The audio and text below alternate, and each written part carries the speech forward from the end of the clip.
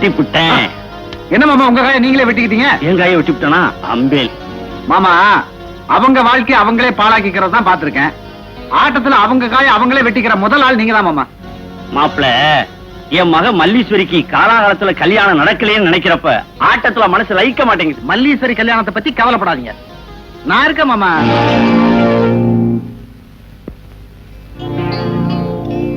ஏண்டி குத்துக்கல்ல மாதிரி புருஷன் வீட்டுல உட்கார்ந்துருக்கா? நல்லா சீவி சிங்காச்சுக்கிட்டு அங்க வெளியே எவனை எதிர்பார்க்கிற? அட சும்மா இருங்க, மிலிட்டரியில இருக்கிற எங்க மாமா பையன் இன்னைக்கு வராரு, அவரைதான் எதிர்பார்த்துட்டு இருக்க. ஓ, மிலிட்டரிக்காரன் என்னைக்கு தான் வரானா? போய் வரவேற்க வேண்டியதானே? ஆமா, இதுவே மெட்ராஸா இருந்தா நானே போய் ரிசீவ் பண்ணிருப்பேன். இதுதான் பட்டி கடாச்சே. தாலிங்கிற லைசன்ஸை கழுத்துல கட்டி எனக்கு கூட்டிட்டு வந்துட்டீங்களே. At least treat me as a woman, not as a dog. Mind it. Uneducated family. ஐயோ தப்புக்குள்ள என்னமோ பேசிட்டு போறாரு, எனக்கு ஒண்ணுமே புரியலையே. எனக்கு மட்டும் என்ன தெரியும்? கடைசி வார்த்தை மட்டும் தெரியும். என்னடா? டாக், நாய். கருநாயா சென்னாயா? அவ நாயின்னு ஒன்ன சொன்னாலோ என்ன சொன்னாலோ, இல்ல நாய்க்கு பிறந்த நாயின்னு சேர்த்து சொன்னாலோ அந்த நாய்க்கு தான் வெளிச்சம். அந்த நாயை அப்படியே சொல்லுச்சு. அந்த நாட்டை இழுத்து வச்சு அறுக்க வேண்டாம் இருக்கே அண்ணன். மாமா, பட்டணத்துல இருந்து மிலிட்டரிக்கார வரானே, அவன் என்ன விட அழகா படிச்சவனா இருப்பானோ? ஏன் கேக்குற? அவன் கவலை அவனுக்கு.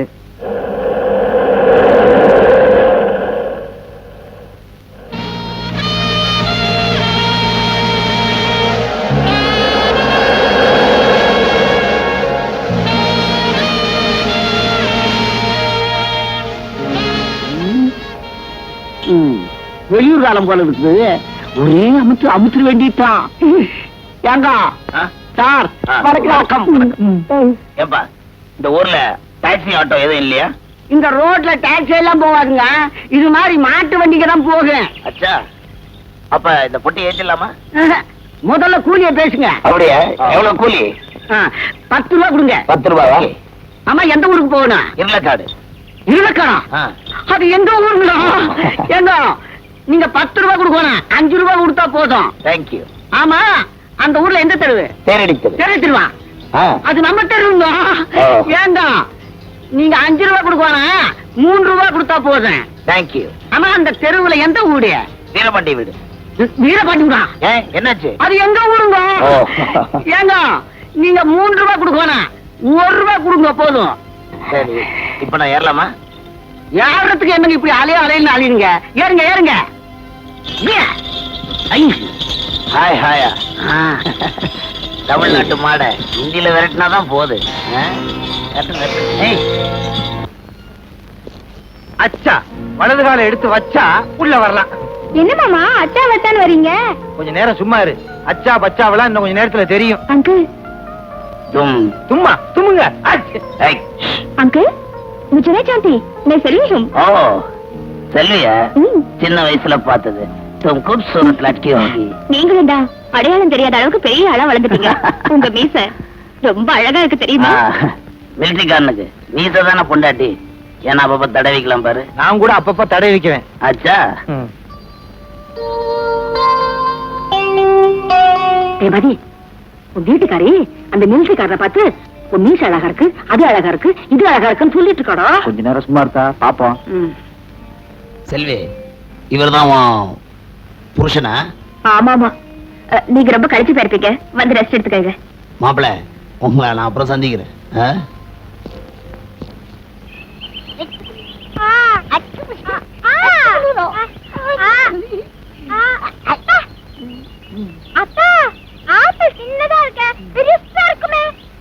அது வந்து பலாப்பழம். பலாப்பழமா? அப்பா, எனக்கு மாங்காய் வேணும்பா. மாமா, மாங்காய் கேக்குறோம். நீ தாத்தாவை போற. மாப்பிள, என் பொண்ணு 5 வயசுல இருந்தே மாங்காய் கேட்டுக்கிட்டு இருக்கான். 5 வயசுல இருந்தா? இந்த வருஷம் மரத்தை எல்லாம் குத்தைக்கு விடலான்னு நினைச்சேன். மரத்துல ஒரு பழம் இல்லாம எல்லாத்தையும் புடுங்கி கீழே வச்சுக்கிட்டு இருக்கீங்களே ஐயா. சம்பந்தி, ஒரு முக்கியமான விஷயம். என்ன? இங்க வந்து என் பொண்ணு இழைச்சு போயிட்டான். பழத்துல கதையா? உன் பொண்ணு இழைச்சு போச்சா? இத சொன்னா யாராவது நம்புவீங்களா? யோ, நேத்திக்கு உன் பொண்ணு முன்னால போயிருக்கு, என் பையன் பின்னால போயிருக்கான். யானைக்கு வாது மாதிரி இருக்குன்னு எல்லாரும் சொல்றானுங்க. அதுதான் தெரிஞ்ச விஷயமாச்சே. இப்ப என்ன செய்யணும் சொல்லுங்க. என்ன செய்யணும் சொல்லுங்களா? என்னமோ அரேபியா குதிரை அடக்கிற மாதிரி. என் பொண்டாட்டி அடக்குவீங்கன்னு சொன்னீங்களே, இப்ப தின்னு தீர்த்துக்கிட்டு இருக்கீங்களே, வாய் கிளிய போகுது. அதுக்குத்தான் தயார் பண்ணி தின்னுகிட்டு இருக்கோம். இப்ப என்ன பண்றேன் பாருங்க. என்ன செய்ய போறான் இவன்? முறைக்கிறா வெறுக்கிறா மின்னல் கொடி மாமிதா ஐயா, ஒரு மீச மட்டும் எழுதி புட்டா மதுர வீரசாமிதான்.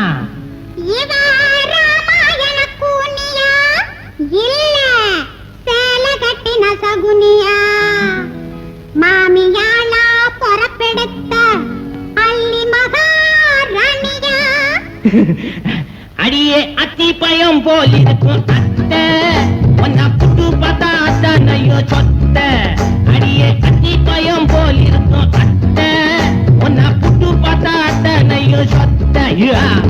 உனக்கு தெரிஞ்ச வித்து நான் வச்சிருக்கேன் கட்ட, உனக்கு தெரிஞ்ச வித்து நான் வச்சிருக்கேன் கட்ட. விளக்கு வச்சா எங்களுக்கும் இருக்க வேணும் மெத்த. அடியே அத்தி பயம் போல் இருக்கும் அத்தை, ஒன்னா புட்டு பார்த்தா அத்தனையோ சொத்த. உனக்கு தெரிஞ்ச வித்து நான் வச்சிருக்கேன் கட்ட, விளக்கு வச்சா எங்களுக்கு இருக்க வேணும் மெத்த. அத்தை அத்தை அத்தை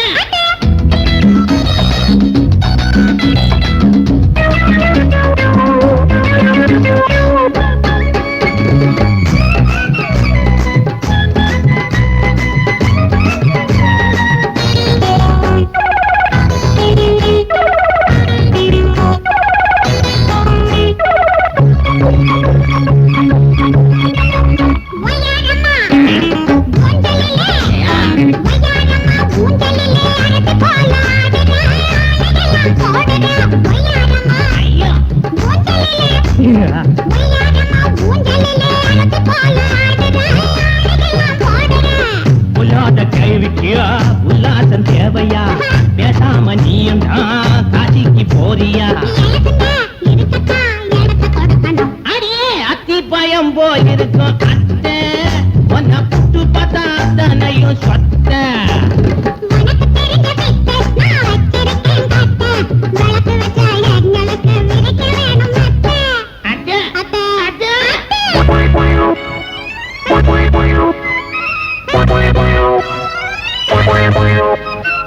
அல்லு அல்லு ஏ ஐயா ஏ ஐயா.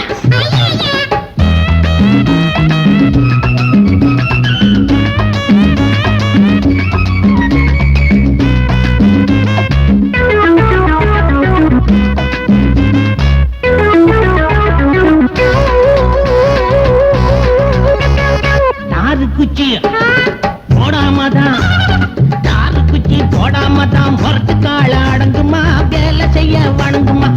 என்னாத்த மருமவ போட்டாங்க போடுதா, அண்ணால படிஞ்சிடும் காங்கேயம் மாடுதான். படிக்கிறா உதையில வாழ சுருட்டணும். அடியே கட்டி படம் போயிருக்கும் அத்தை, உன்னை புட்டு பார்த்தா தன்னையும் சத்த. உனக்கு தெரிஞ்ச வித்த நான் பிடிச்சிருக்கேன் கட்ட, விளக்கு வச்சா எங்களுக்கு பிரிக்க வேணும் வெத்த.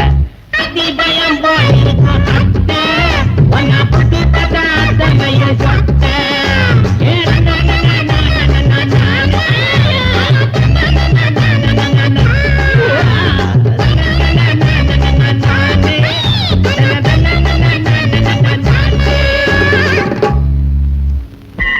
அப்பா உன் புருஷன்கிட்ட இருந்து விவாகரத்து வாங்கணும்னு முடிவு பண்ணிட்டேன். எப்பவும் முடிவு பண்ணிட்டேன். ஆனா அது அவர் வாயால சொல்ல வைக்கணுங்கிறதுக்காக தான் போராடிட்டு இருக்கேன். இதுல எந்தவித மாற்றமும் இருக்காதே. நிச்சயமா இருக்காது. ஏன் கேக்குறேன்னா, புருஷன் பொண்டாட்டியை பிரிக்கிறது, குடும்பத்தை ரெண்டாக்குறது இதெல்லாம் நம்ம கை வந்த கலை. அதுக்கப்புறம் என்ன சாபம் விட மாட்டிய? படிச்சவர்னு சொல்லி என்னை ஏமாத்தின அவரோட வாழ நான் விரும்பல. I want divorce. விவாகரத்து நாகரிக கடல்ல கண்டெடுத்த முத்துன்னு எங்க அப்பா அடிக்கடி என்கிட்ட சொல்லுவாரு. கவலையே படாத, கூடிய சீக்கிரம் பிரிச்சிடுறேன். எப்படி? Suspense, it will be success. நமக்குள்ள 1000 பிரச்சனை இருக்கும், அது வெளியில தெரிய வேண்டாம்னு நினைக்கிறேன். எதுக்காக இது பீடிக்க? இன்னைக்கு எனக்கு பிறந்த நாள். Many happy returns of the day. புரிஞ்சிருக்காதே. நான் கோயிலுக்கு போறேன், வரப்போறியா இல்லையா? வர முடியாது. நான் இன்னும் 3 நாள் கோயிலுக்குள்ள வரக்கூடாது. அப்படியா? சரி சரி.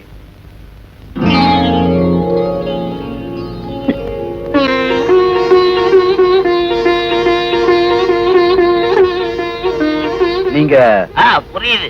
நம்பிக்கையே இல்லாதவன் நான் இந்த பக்கம் வந்திருக்கேன், கேட்க போறீங்க இல்லையா? ரொம்ப வேண்டியப்பட்டவங்க கூப்பிட்டாங்க, அதனால வந்தேன். இதோ.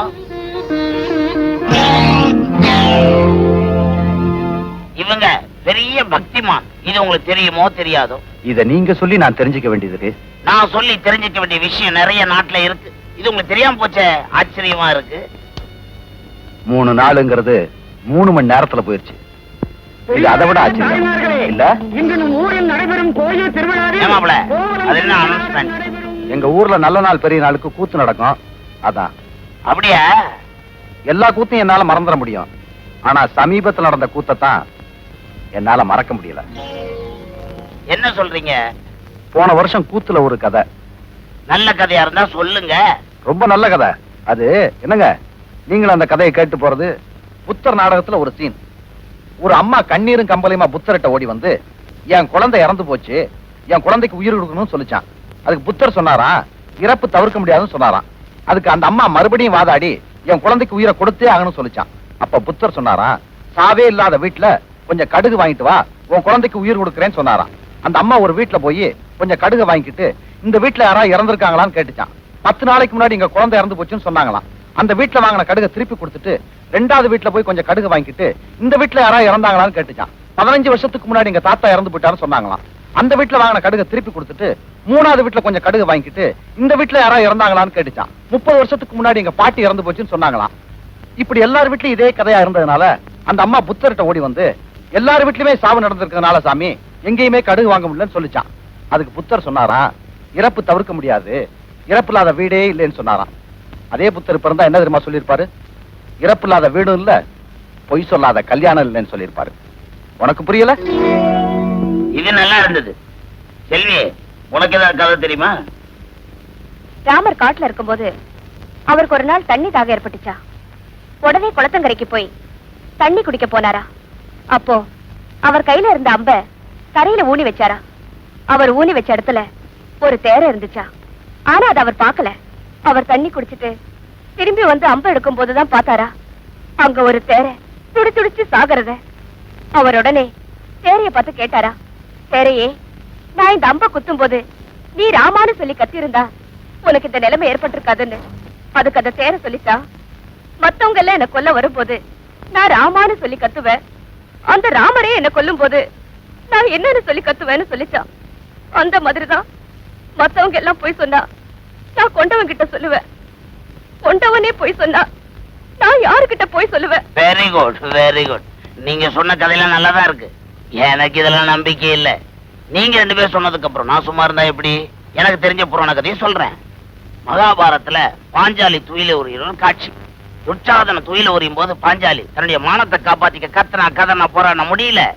கடைசியில கிருஷ்ணா என்ன காப்பாத்துச்சு வந்தாரு, காப்பாத்தினார். பின்னாடி கிருஷ்ணன் சந்திக்கும் போது, ஏன்ன நீங்க முதல்ல வந்து என் மானத்தை காப்பாத்திருக்கலாமே, எவ்வளவு டைம் எடுத்துக்கன்னு கேட்டா. அதுக்கு கிருஷ்ணன் சிரிச்சுக்கிட்டே சொன்னாரு, முதல்ல ஓமல நம்பிக்கை வச்சு இப்படி கைய வச்சுக்கிட்டு உன் மானத்தை காப்பாத்திக்க போராடின.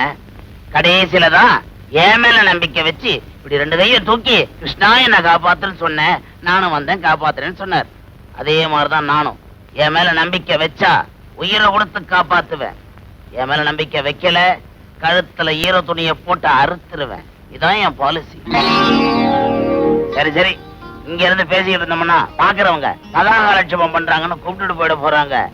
நம்ம கதைய வீட்டுல போய் வச்சுக்கோ வாங்க.